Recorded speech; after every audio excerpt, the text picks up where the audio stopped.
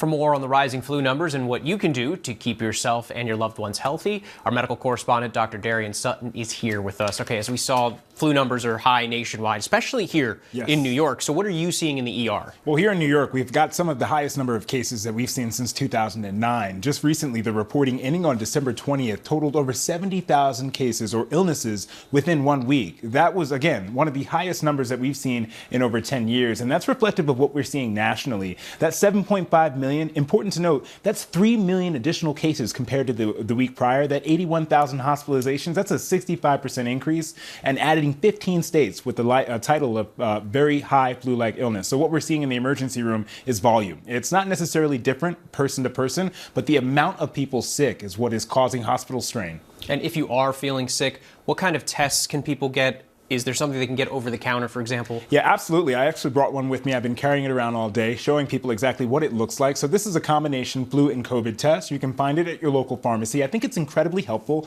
and it's most accurate when you're symptomatic. And I like to use these because there are different options, especially for those who are high risk.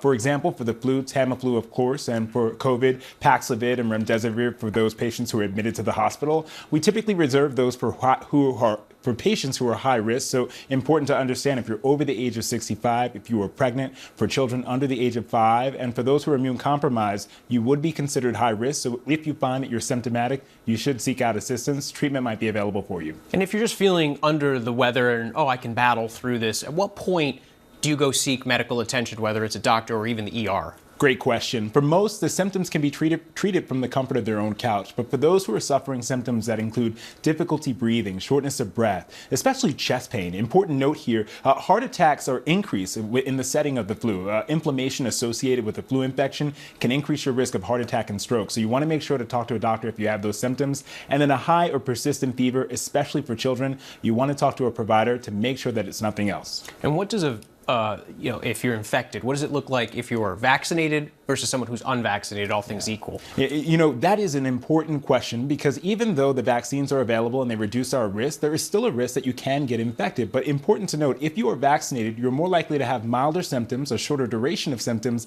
and less likely to suffer from the complications. And those who are unvaccinated are more likely to need hospitalization and increased risk of death. So those are the differences with vaccines. They are still affording us protection. For adults, about a 30 to 40% reduced risk, and for children, up to a 75% reduced risk. So cases are on the rise, and the timing here, New Year's Eve, just right around the corner. People like to pack into whether it's Times Square or some party at home.